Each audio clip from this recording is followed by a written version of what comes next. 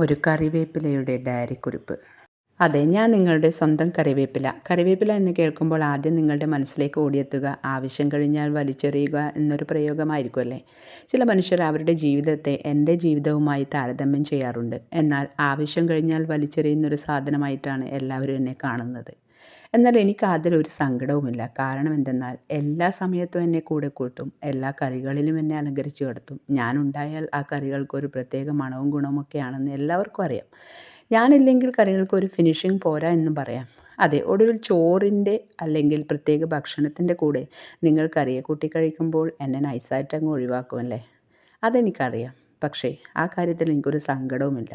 കാരണം എന്തെന്നോ, ഭക്ഷണത്തിൻ്റെ കൂടെ കറിയെ കൂട്ടി കഴിക്കുന്നത് വരെ എല്ലാ സമയവും ഞാൻ കറിയെ കളർഫുള്ളാക്കി മാറ്റാറുണ്ട്. തിരിച്ചൊന്നും പ്രതീക്ഷിക്കാതെയാണ് ഞാൻ അങ്ങനെ ചെയ്യാറുള്ളത്. അതുകൊണ്ട് തന്നെ വലിച്ചെറിയപ്പെടുമ്പോൾ എനിക്കൊരു സങ്കടവുമില്ല. അതിനാൽ എനിക്ക് നിങ്ങളോട് പറയാനുള്ളത്, മറ്റുള്ളവരിൽ നിന്നും തിരിച്ചൊന്നും പ്രതീക്ഷിക്കാതെ അവരെ നിങ്ങൾ സഹായിക്കുക.